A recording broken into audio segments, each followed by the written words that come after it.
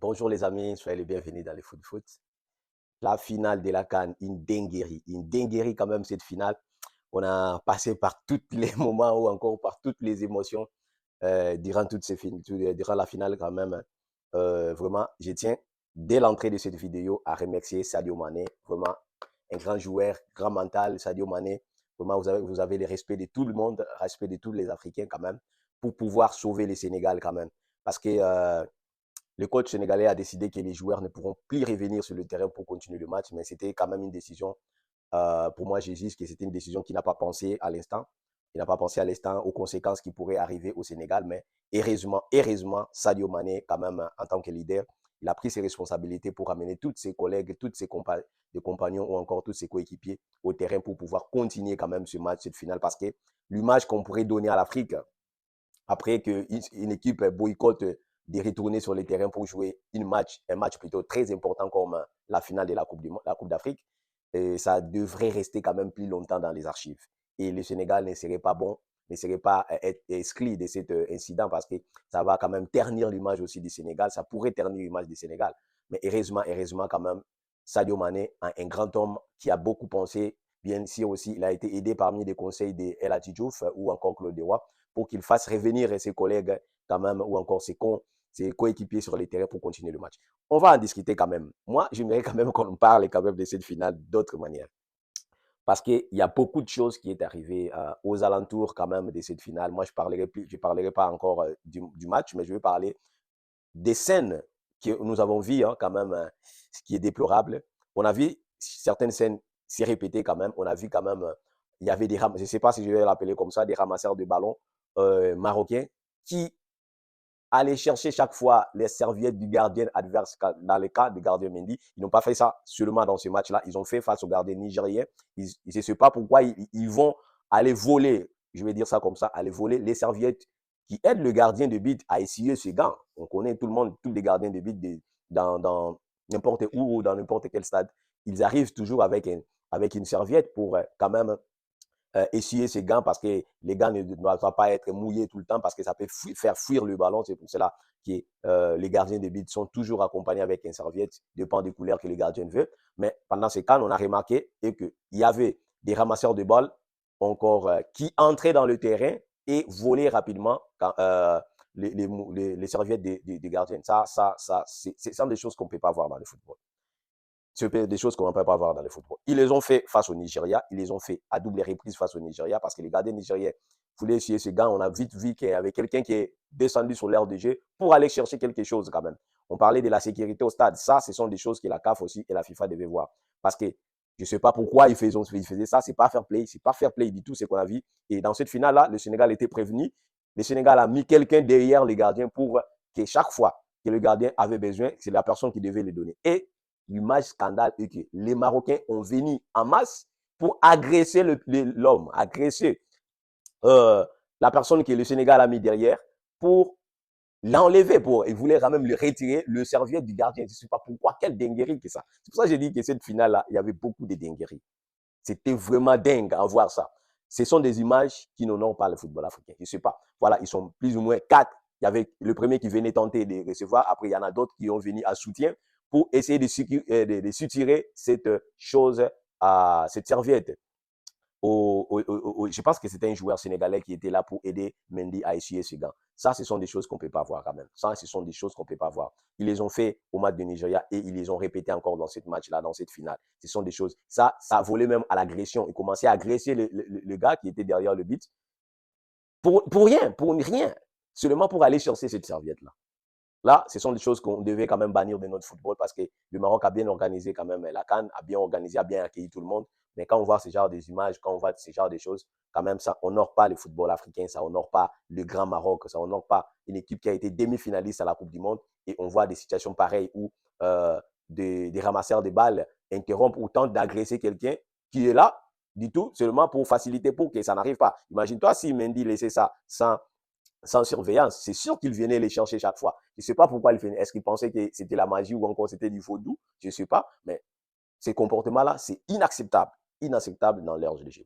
Vraiment, c'était l'une des côtés. L'autre côté, quand même, on va aussi déplorer le comportement des supporters sénégalais. ils ont agressé les stadiers quand même. Là, il faut quand même qu'on se le dise. Bien sûr, il y avait ces pénaltys-là qui a fait frustrer tout le monde, même nous, tous les gens qui aiment le football dans ce contexte-là, qu'on va revenir aussi tantôt pour parler des contextes du penalty. Mais c'est qu'après, quand même, les stadiers sont là, on voit que les supporters jettent des chaises, jettent des morceaux de fer, tout ce qu'ils avaient à la main pour agresser les stadiers. Donc, ça, ce sont des choses qu'on ne devait pas encourager dans le monde du football. Nous, on aime le football, on aime que le football soit joué dans les terrains et non dans les tribunes. Et il y a même des journalistes qui se sont bagarrés. Imagine-toi, la passion a été même plus loin, la passion a été loin pour qu'on voit des journalistes en train de bagarrer entre eux. Donc, ce sont des choses qu'on va mettre de côté quand même, parce que ça ternit l'image du football africain, ça ternit quand même l'image qu'on devait donner à cette CAN, parce qu'on rappelle bien que le Maroc doit accueillir la Coupe du Monde en 2030. Le Maroc se bat aussi pour qu'il accueille le match le plus important comme le match d'ouverture ou encore la finale. Donc, ce n'est pas des bonnes publicités là. Ce n'est pas des bonnes publicités quand on voit dans les stades africains ce qui arrive. Qui va vouloir mettre un match de finale de Coupe du Monde dans des conditions pareilles où des supporters, quand bien même que mal, n'acceptent pas les résultats, n'acceptent pas les décisions d'arbitre. Donc, c'est compliqué. C'est frustrant, c'est colérique, mais ça se passe partout dans le monde. On n'a jamais vu dans un match. Moi, je regarde souvent les championnats européens, encore d'autres. Il y a des décisions arbitrales qui sont contestables, qu'on voit, mais ils ne se comportent jamais de cette façon-là. Ils ne se comportent jamais de cette façon. Donc, l'arbitre a les instances qui l'ont admis et c'est à cette instance-là qu'il doit juger quand même si l'arbitre était performant ou non. Donc, vraiment, mes amis sénégalais, mes chers abonnés sénégalais, bien sûr, moi, la victoire du Sénégal, pour moi, c'est la justice, c'est la victoire qui devait être pour cette CAN-là. C'est une victoire qui est méritée, c'est une victoire qui est logique dans le sens qu'on a vu les choses. Mais on ne tolère pas aussi la violence. La violence n'est pas bon, la violence n'est pas bon, surtout dans nos stades, parce que ça va suivre des conséquences après ces matchs-là. On est champion d'Afrique, vous ici, mais ça va se suivre les conséquences qui vont venir après avec des sanctions ou encore on ne sait pas ce que la FIFA ou la CAF va prendre comme sanction, mais quand même, ce n'est pas une bonne image. Maintenant, revenons dans le match. Revenons quand même dans le match. Moi, je vais parler quand même de ce match en dévolé. Par rapport au contenu du match, les deux équipes ont livré une vraie bataille. Ont livré quand même une vraie bataille digne des équipes du top 5 africain. Parce que là, ça affrontait le meilleure équipe africaine et son précédent. Cela veut dire le meilleure équipe africaine actuellement, selon les classements FIFA, c'est le Maroc. Et ça venait après le Maroc, ça vient le Sénégal. C'est les deux meilleures équipes africaines qui s'affrontaient. Donc, on avait droit à avoir un beau spectacle de match de niveau mondial. Encore des matchs qui opposent des adversaires de top niveau de ce qu'on peut voir dans ce continent africain. Le match était bon. Moi, je vous l'ai dit, je vais le répéter encore, que l'arbitre du match n'était pas mauvais. L'arbitre du match n'était pas scandaleux. Je le redis encore, l'arbitre du match n'était pas mauvais, l'arbitre du match n'était pas scandaleux. Le problème qui est arrivé avec les occasions qui se succédaient à la fin, tout le monde a oublié quand même la 90 minutes. On a vu quand même beaucoup des arbitres qui ont fait le match du Maroc. Ces arbitres-là avaient été tendanciers, je dirais comme ça. Mais cet arbitre-là, en finale, moi, je n'ai pas remarqué des tendances d'arbitrage ou des tendances d'arbitrage maison dans cette finale-là. Il n'y en avait pas. Juste après ces deux occasions-là, qui pour moi a quand même terni tout le travail que l'arbitre a fait durant tout le match, durant 120 minutes, parce que l'arbitre a été partial pendant 120 minutes. Moi, je dirais, je ne prendrais pas seulement ces deux occasions-là qui ont quand même terni toute l'image. Si ces deux occasions-là, c'était ailleurs, je ne pense pas que ça pourrait faire beaucoup de baisse de ces manières-là. Mais comme c'est l'Afrique, les gens ne sont pas d'accord avec les coups de sifflet, les gens ne sont pas d'accord seulement. Pourquoi? Parce que depuis le début de cette CAN, les gens ont mis dans leur tête que l'arbitrage maison existait. On a vu, on ne dit pas aussi le contraire, parce qu'on a vu quand même le Maroc s'est fait aider quand même par l'arbitrage en beaucoup de matchs, beaucoup de matchs. On a vu que les coups de sifflet étaient vraiment tendancieux, les coups de sifflet allaient que dans une sens ou encore aller dans le sens du pays hôte. Là, je n'en discute pas parce que tout le monde a réclamé, a parlé de cet arbitrage contre le Maroc. Maintenant, dans ce match-là, dans cette finale-là, moi, l'arbitre congolais était juste, était partial. Même les erreurs ou encore les deux occasions, parce que pour moi, dans ces deux occasions-là, je ne vois aucunement l'erreur d'arbitre central. L'arbitre central n'a pas d'erreur dans ces deux occasions. Le problème, c'est arrivé par rapport à la VAR. C'est la VAR qui a, pour moi, à mon sens, à moi, selon mon avis, a foutu en l'air notre finale, a terni l'image de l'Afrique. C'est la VAR. D'ailleurs, même Sadio Mané, les joueurs que moi je respecte beaucoup parce que grâce à son geste, qu'on a eu quand même la continuité de cette finale et que le Sénégal est sacré champion d'Afrique. On se rappelle que le coach a demandé à tous les joueurs de sortir, de quitter le pelouse. Mais grâce à ces grands hommes, grâce à Sadio Mané, et aujourd'hui, moi je dirais que le Sénégal est encore 2 fois champion d'Afrique. Imaginez-vous si les joueurs sénégalais ne revenaient pas au stade, ne revenaient pas à continuer ce match. On ne parlerait pas aujourd'hui quand même de ces bons titres du Sénégal. Quand même de ce côté-là, il faut saluer cet homme, saluer quand même Sadio Mané. C'est un grand joueur joueurs, il en a montré, il en continuera toujours d'en montrer. C'est un exemple pour tous les Africains, c'est un exemple pour les joueurs ou encore les jeunes joueurs africains. Donc, pour moi, c'est la VAR qui a gâté. C'est la VAR qui a gâté le match. Parce que si vous voyez la faute que l'arbitre a sifflée sur le but qui est venu après que l'arbitre a sifflé du Sénégal, pour moi, ce n'est pas une action grave qu'on peut dire, on peut condamner l'arbitre parce que l'arbitre n'a pas vu, c'est pas faute, il n'y a pas faute. Non, non, non, non. Soyons quand même sérieux. Quand on regarde le match, il y a certaines poussettes à la surface de réparation. Normalement, s'il y a poussette dans la surface de réparation, souvent l'arbitre arbitre ou siffle contre l'équipe qui attaque. Souvent, les coups de sifflet à la surface de réparation, quand les joueurs se poussent, souvent c'est contre l'équipe qui attaque. C'est souvent comme ça. Et dans le cas de cette occasion, l'arbitre est frontal, l'arbitre est face aux deux joueurs. Cela veut dire que c'est le meilleur personne, pour tout le monde ici, qu'on peut dire que c'est le meilleur personne à prendre une décision correcte, c'était l'arbitre. Parce qu'il était face au jeu, il a vu les deux joueurs, comment ils ont commencé leur poussette, et l'arbitre en a pris sa décision avant même que le ballon entre dans le but, avant que le ballon termine dans le but. Dans ce cas-là, selon ce que moi j'ai compris, la VAR ne pourrait pas intervenir parce que l'arbitre en a sifflé avant. Maintenant, s'il y a une erreur dans ce contexte-là, l'erreur d'appréciation de l'arbitre, on va condamner l'arbitre parce que l'arbitre en a sifflé en avant. Mais pour moi, la faute était évidente ou encore la faute était sifflable. L'arbitre pourrait siffler ce genre de poussette-là comme une faute. Donc, ça dépend de son avis. Il était mieux placé, il était face au jeu. Maintenant, dans la continuité de l'action, le ballon entre dans le but. Donc là, on ne peut pas condamner l'arbitre parce que l'arbitre, lui, n'a pas hésité un instant à siffler faute. Il en a sifflé faute parce que lui, selon son positionnement dans le terrain, selon ce qu'il a vu, il a jugé qu'il y avait une poussette. Donc, peu importe ce qui arrive après, cela veut dire que l'arbitre était quand même serein de prendre sa décision. Moi, de ce côté-là, j'ai aimé parce que c'est un arbitre qui a pris sa décision, il est resté constant avec sa décision. Mais après, le ballon est entré. Est-ce qu'on devait vérifier? On devait vérifier quand même l'occasion d'après. Mais oui, on pourrait quand même vérifier. On pourrait vérifier parce que l'écoute sifflet de l'arbitre n'a pas freiné les joueurs marocains de jouer parce que les Marocains ont continué de jouer même si l'arbitre avait sifflé. Est-ce qu'on pourrait aller chercher la VAR pour voir s'il y avait faute pour valider les buts?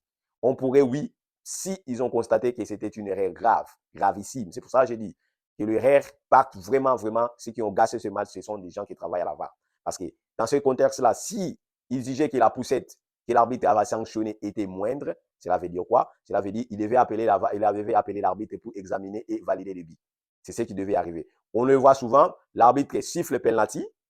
Cela veut dire si l'arbitre a sifflé penalty à la faute, et ce qui arrive est que après, la VAR va corriger la décision de l'arbitre. On va corriger la décision de l'arbitre pour voir que non, l'arbitre en a sifflé faute, il n'y a pas de faute. Donc, on donne le ballon à l'adversaire. C'est comme ça. Donc, dans cette occasion-là, il y avait possibilité de vérifier la VAR. Oui, il y avait possibilité parce que le cours d'histoire était quand même en 2-3 secondes, le ballon était déjà au but. Donc, il y avait une possibilité quand même de vérifier la VAR. Maintenant, ce qui a tout chamboulé, c'est après quand même cette occasion, tout le monde, même le Sénégalais croit, il y a une faute sur Brahim Diaz. Maintenant, c'est dans ce contexte-là que tout a été, parce que l'arbitre du terrain n'a pas sifflé faute. Pour moi, je vois que l'arbitre, à son positionnement, n'a pas vu faute, n'a pas vu la faute sur Ibrahim Diaz, n'a pas vu la faute. De la même manière, il n'a pas vu la faute. S'il a vu la faute, comme il en a vu précédemment, il devait prendre sa décision tout seul. Mais l'arbitre n'a pas vu la faute et c'est la VAR qui appelle l'arbitre à ce moment-là. C'est là où ça part toute la confusion. C'est là où la VAR a foutu à l'air notre CAN. Cette finale, il appelle l'arbitre. Il demande à l'arbitre d'aller voir l'occasion. Forcément, l'arbitre qui n'a pas vu, qui n'a pas sifflé parce qu'il n'a pas vu, quand on lui appelle, quand il regarde, il y a faute, qu'est-ce que l'arbitre va prendre? Il ne va pas dire non, il n'y a pas faute, parce que c'est clairement, il y a faute, il y a une poussette dans cette action-là. Donc l'arbitre doit sanctionner la faute. C'est là que ça pose problème. C'est l'utilisation de la VAR dans cette finale-là qui a vraiment posé problème. Parce que même après le match, après la prolongation, l'arbitre était toujours comme il est début. Moi, je n'ai pas vu la différence ou le changement d'arbitrage de ce monsieur-là. Mais le fait de jeu, c'était la VAR. La VAR a foutu à l'air cette finale. Pourquoi? Parce qu'ils n'ont pas aidé à l'arbitre central à prendre des bonnes décisions ou ils n'ont pas corrigé la première décision de l'arbitre et ils ont initié l'arbitre à aller voir la deuxième occasion pour que tout a été chamboulé. On note aussi quelque chose quand même, qui est quand même frustrant pour le football africain. À chaque fois, il y a des décisions arbitrales. Quand même, ce qui alimente ces genres de choses, c'est eux-mêmes les organisateurs, c'est la CAF. Parce que des arbitres internationaux qui commettent des erreurs gravissimes, des erreurs difficiles, des erreurs de haut niveau comme ça, là, on ne peut pas les voir continuer à arbitrer dans des grandes compétitions. La politique des sanctions de la CAF aussi. Parce que s'il y a des arbitres qui continue de commettre des erreurs gravissimes et il continue à faire des matchs importants, on ne peut pas. Ça alimentera quand même ces types de rencontres. Moi, j'ai regardé quand même l'historique de cet arbitre. Il n'est pas parmi les arbitres litigés de la CAF. Quand même, c'est un bon arbitre. Pour moi, je ne colle pas les scandales du match à l'arbitre, mais je colle les scandales du match à la VAR. Les gens qui étaient à la VAR, l'arbitre qui était à la VAR et son assistant, ce sont eux qui ont foutu à l'air. Ce sont eux qui ont foutu à l'air cette finale. Et dans la plupart des matchs du Maroc, on a vu ça. Je me rappelle le match du Maroc contre le Mali. Il y avait penalty. Ils ont hésité pour appeler l'arbitre. Ils ont hésité pour appeler l'arbitre. Donc, l'utilisation de la VAR, c'était mauvais. Ils utilisaient la VAR pour faciliter les actions marocaines, mais contre les adversaires, c'était compliqué. C'est là que ça part vraiment le problème. Moi, je continuerai à féliciter quand même le Sénégal, malgré tout ce qu'ils ont passé, malgré, et ils ont retourné dans les terrains. Mendy a stoppé cette penalty. Et Brahim Diza qui tentait le Panenka, ben, c'est compliqué hein, de tenter quelque chose comme ça dans un match si important que cette finale-là. Vraiment, je suis vraiment désolé. Il était bon durant toutes ces cannes, ben, il a fait quelque chose qu'il ne fallait pas faire à ces moments-là. Parce que le Maroc en avait besoin de ce penalty-là pour renouer quand même avec les titres africains. Mais il en a saboté. Bon, je ne sais pas si je peux dire ça saboté, mais c'est ce qu'il a fait, c'est ce qu'il ne devait pas faire quand même. Il ne devait pas faire la Panenka dans cette situation-là. Il devait tirer quand même son penalty comme il faut. Mais malheureusement, il y avait aussi en face un gardien qui est intelligent, qui savait que dans ce genre de match, les joueurs choisissent toujours de tirer au milieu. Les gardiens n'est pas parti tôt. Il a attendu les derniers moments pour prendre sa décision. Il en a pris une bonne décision. Et après, cette chef-d'œuvre quand même de Pape Gueye, bravo. Ces joueurs-là, c'est l'un des joueurs qui m'a vraiment émerveillé. C'est quelqu'un qui ne parle pas beaucoup. C'est quelqu'un vous voyez, qui n'est pas trop influent, mais c'est une pièce maîtresse. C'est une pièce maîtresse plutôt pour l'équipe sénégalaise. Vous voyez les deux buts qu'il a marqués contre les Soudans.